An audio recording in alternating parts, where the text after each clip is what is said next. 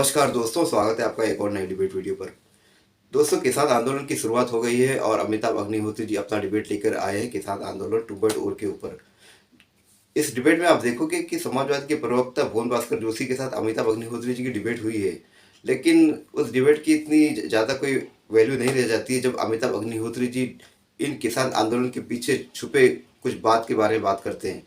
Debate में आप देखोगे कि एक किसान नेता है अमिताभ अग्निहोत्री जी, उस किसान नेता को संबोधित करते हुए सारे किसानों को, जो भारत में है उन सारे किसानों को संबोधित करते हुए कुछ कहते हैं। दोस्तों, वो शब्द आपको सुनने चाहिए। इस डिबेट का एक एक शब्द मैं कहता हूँ जोरदार है, जो अमिताभ अग्निहोत्री जी ने कहे।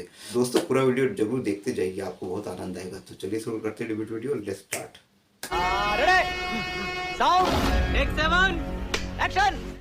एक बात कहूं, मैं तो नब्ज देखता हूं, वहां से जान लेता हूं किडनी लिवर कैसा काम कर रहा है, हार्ट।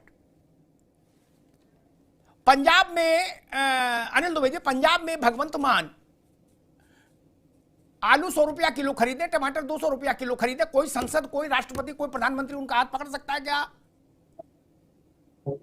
तमिलनाडु में एमके स्टालिन यही काम करें, कोई उनका हाथ पकड़ सकता है क्या?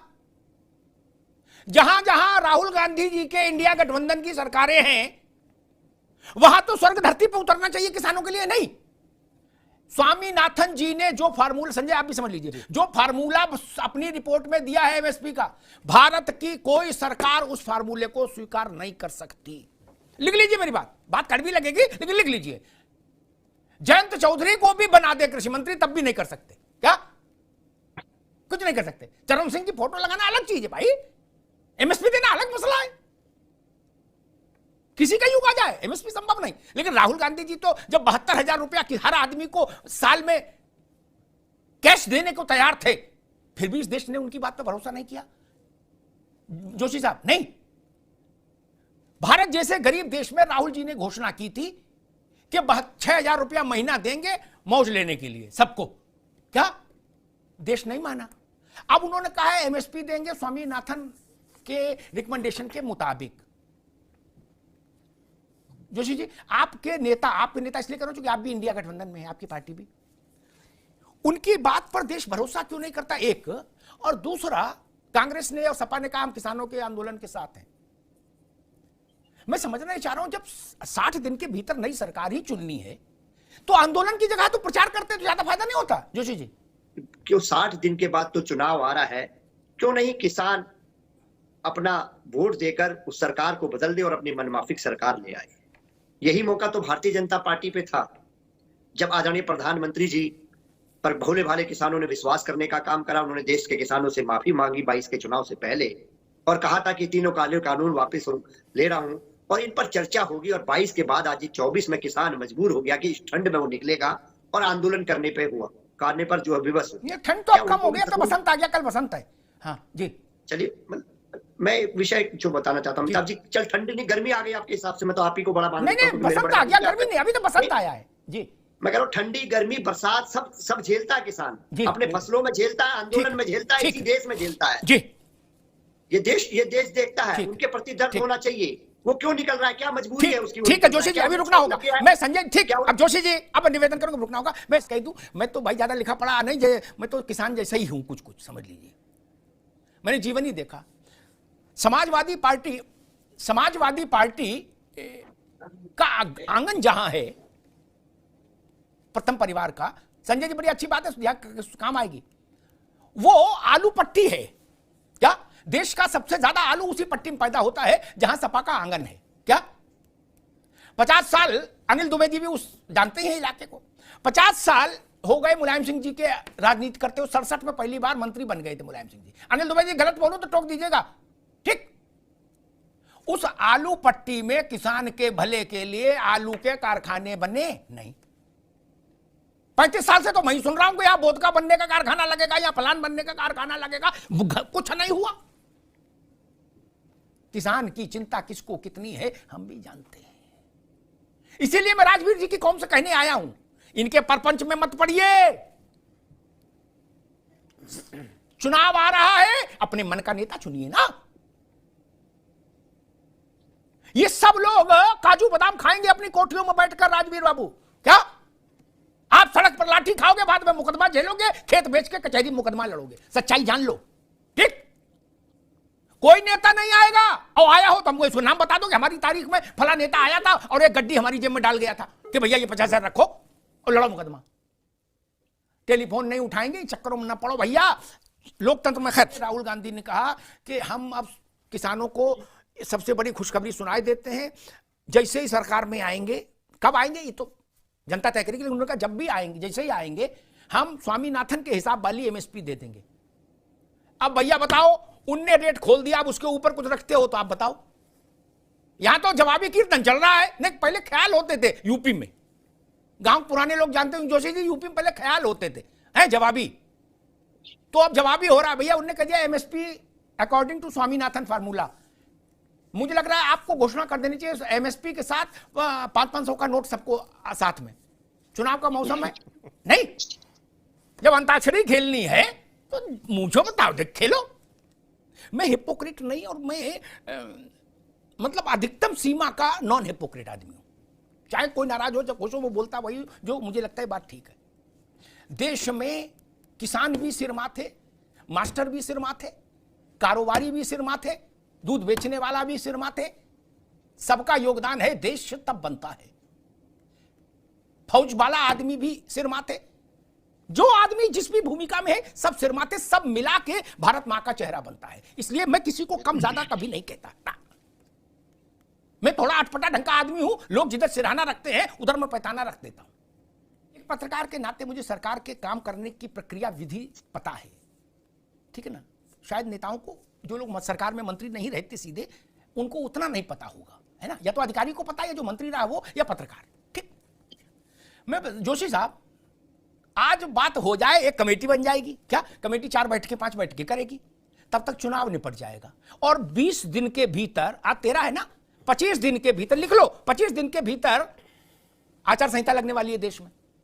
ये टाइम किसने पत्रा देखा है कि इस वक्त चलो बॉर्डर, सिंधु बॉर्डर, कहां भटकाया जा रहा है हमारे किसान को, उसके साथ छल हो रहा है।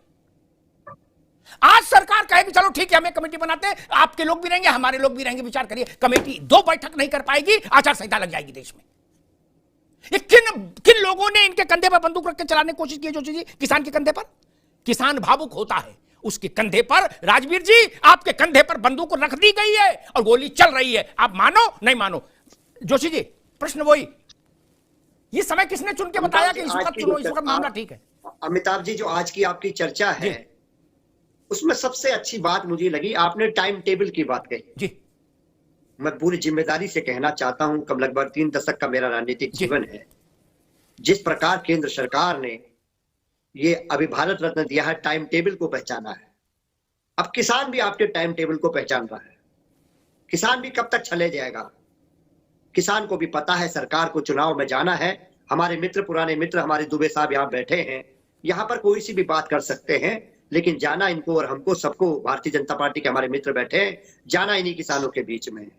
अगर आपने 22 और 24 में उनको छला नहीं होगा तो निश्चित तौर पे आपको सरकार आएगी, वापस आपकी सरकार आएगी। और अगर 22 और 24 में आपने इनको छलने का काम करा होगा तो ये किसान है जिसकी जो आवाज होती है वो इतनी भारी होती है कि आपको पता चलेगा कि कैसे सरकार चलेगी जी। मैं पूरी ईमानदारी से कहना चाहता हूं, अमिताभ जी आप बहुत गंभीर पर बहस कराते हैं, सबको समान अवसर देते हैं, तो मैं निश्चित तौर पे कहना चाहता हूं आज भी समय है, हमें जागना होगा, किसानों के साथ खड़ा होना। ऐसा नपना चौराहे पर रख दे रहा हूं जैसे पहले नहीं नगर पालिका के उसमें घड़ी लगी रहती थी, ऐसा। अनिल दुबे जी, इसके बाद कुछ कहने को बचेगा नहीं बहस में किसी की। क्या जितने, राजवीर भाई आप भी सुन लो, जितने लोग ये ट्रैक्टर लेके आए हैं मॉडिफाई करा के, उसमें नाना प्रकार के औजार लगा के, वो जितने विपक्षी दल कह रहे कि नरेंद्र मोदी ने किसानों का बहुत नुकसान कर दिया, बिल्कुल किसान को बर्बाद कर दिया, वो अगर भाजपा हार गई, लुट गई, पिट गई, बर्बाद हो गई, तो हम मानेंगे कि जो कहा जा रहा था इन्होंने किसान को बर्बाद किया, किसान ने इनको बर्बाद कर दिया। और अगर भारतीय जनता पार्टी एनडीए फिर सरकार बनाता है तो मैं थोड़ा अड़ियल आदमी हूं, मैं मानूंगा ये नेता झूठ बोल रहे थे, ये आंदोलन के लिए किसानों के सो कॉल्ड लीडर झूठ बोल रहे थे, देश का आम किसान मोदी से खुश है, इसमें किसी को आपत्ति नहीं होनी चाहिए ना, ना अरविंद केजरीवाल को, ना अखिलेश यादव को, ना मायावती को, ना राहुल गांधी को। और अनिल दुबे जी को भी नहीं होना चाहिए, क्योंकि इससे ईमानदार बात नहीं हो सकती। अगर मोदी रिपीट होते हैं तो मैं आंदोलन करने वाले किसानों की और उनके कंधों पर राजनीति की बंदूक चलाने वालों को फिर पूछूंगा कि मेरे गांव का ननकू और अखलाक जो सामान्य किसान है वो मोदी से अगर खुश नहीं होगा तो मोदी लौट नहीं सकते। ये लिख लीजिए मेरी बात, और अगर लौट के आते हैं तो मैं मानूंगा कि आप झूठ बोल रहे थे। इतना तो स्वीकार कर लीजिए सब लोग, मैं बहस आगे बढ़ा दूंगा, ये मानना पड़ेगा। फिर भागने नहीं दूंगा, मेरी ये खराब आदत है। मई के पहले हफ्ते में जब रिजल्ट आ रहा होगा तो भागने नहीं दूंगा, मैं फाइट चलाऊंगा, नेता को पकड़ूंगा, कहूंगा माफी मांगो, आप झूठ बोले थे। मैं एक बात कहूं, मेरा दिमाग तो कठिन विषयों पर नहीं जाता। मैं पूरे शरीर की चर्चा नहीं क्यों करूं, मैं प्राण तत्व पर निगाह रखता हूं। प्राण तत्व है तो शरीर है, नहीं तो लाश हो जाएगी। प्राण तत्व जैसे एक बात कहता हूं, राजवीर भाई सहमत होंगे, जोशी जी भी सहमत होंगे, विद्वान व्यक्ति है। अनिल भाई तो किसानों की पार्टी के ही है। कहा गया था कि ये जो 3 कानून आए हैं इनसे किसान बर्बाद हो जाएगा, तबाह हो जाएगा, हाहाकार हो जाएगा, देश में खून खराबा हो जाएगा। अच्छा जी, मैं भी डर गया, मैंने भी तरफदारी की। उस वक्त जो लोग मेरे साथ डिबेट में बैठते थे उस बात की गवाही देंगे। मैं किसानों के उसमें रहा और मैंने कहा कि 3 कानून खत्म होने चाहिए। भाजपा वाले शुरू में कुछ और कह रहे थे, बाद में प्रधानमंत्री ने तीनों कानून खत्म कर दिए। मुझे ने जैसे कम समझदार आदमी को लगा, संजय सिंह जी, कि ये 3 कानून खत्म हो गए, इन्हीं से सारी कृपा रुकी हुई थी। क्या निर्मल बाबा वाली, क्या अब कृपा आने लगेगी, सब सरसब्ज हो जाएंगे? कुछ नहीं, फिर झूठे प्रचार फैला दिया था, बोले बर्बाद है। एक नेता ने कहा था डेथ वारंट है ये किसानों का। अरे भाई वारंट फाड़ दिया है, फाड़ के नदी में बहा दिया। अब जलेबी खा रहे हैं क्या सब लोग? नहीं ना, ये दुष्प्रचार करने वाले हमारे किसान का नुकसान करते हैं। और एक बात कहूंगा, राजवीर भाई से कड़वी है, सब पार्टियों के लिए कह रहा हूं, राजवीर बाबू मेरी नजर का चश्मा लगाओगे तो आगे तो फिर कुछ तब भी नेताओं से हासिल कर लोगे। नेता को कंधा दोगे, बंदूक से रखने के लिए कुछ नहीं मिलेगा। जितने लोगों ने देश में कहा, अनिल दुबे जी आप भी सुन लो, कि हम धरती पुत्र हैं, हम किसान पुत्र हैं, उन सब नेताओं के घर जाके देखो 4-5 करोड़ की गाड़ियों में चल रहे हैं। लड़के जो बच्चे साइकिल भी चला रहे हैं वो भी 33 लाख वाली है, बताओ क्या? और उनके घर में वो छोटे वाले पशु है क्या, वो भी केनिया से आए, हिंदुस्तान से नहीं क्या? जो धरती पुत्र हैं, जो किसान पुत्र हैं, क्या किनके नाम का सिंदूर लगा घूम रहे हो सब लोग? उनकी ओर तो देख लो। दुबे जी गलत कहूं तो टोक देना अनिल जी। क्या बात है सर, क्या बात है सर, क्या बात, ये बात है। खत्म। तो दोस्तों डिबेट हो गई खत्म, वीडियो हो गई पूरी। उम्मीद करता हूँ दोस्तों ये डिबेट वीडियो आपको पसंद आई होगी। तो दोस्तों राम मंदिर के भव्य लोकार्पण के बाद बीजेपी की चारों तरफ जय जय हो गई है। अब इस जय जय को धूमिल कैसे करना है दोस्तों, इस विपक्षों को अच्छे से आता है। वैसे ये कर नहीं पाएंगे लेकिन कोशिश पूरी करेंगे। किसान आंदोलन एक इनके लिए लगता है रामवाद इलाज है। इन्होंने फिर पहले बार में इन्होंने किया, इनको सफलता मिली, ऐसी बात नहीं कि इनको सफलता नहीं मिली, सफलता मिली, सरकार को इन्होंने झुकाया, लेकिन दूसरी बार झुका नहीं पाएंगे। किसान आंदोलन 2.0 और लेके आए और इनका यही सोचना है कि हम इससे भी ज़्यादा जोरदार इस किसान आंदोलन को करेंगे और किसानों, पूरे देश के किसानों को जोड़ लेंगे। लेकिन दोस्तों ये सिर्फ जो किसान आए हैं ये वीआईपी कल्चर के किसान हैं। इनके पास एम्बेसडर का बड़ी बड़ी गाड़ियाँ हैं, बड़े बड़े ट्रैक्टर है, जो मॉडर्न ट्रैक्टर, वैसे ट्रैक्टर लेकर ये आंदोलन में आए हैं, हथियार लेकर आए हैं, जो हथियार पे ये पुलिस वालों पर वार कर रहे हैं दोस्तों, गोलियां चला रहे हैं। ऐसे ये किसान है।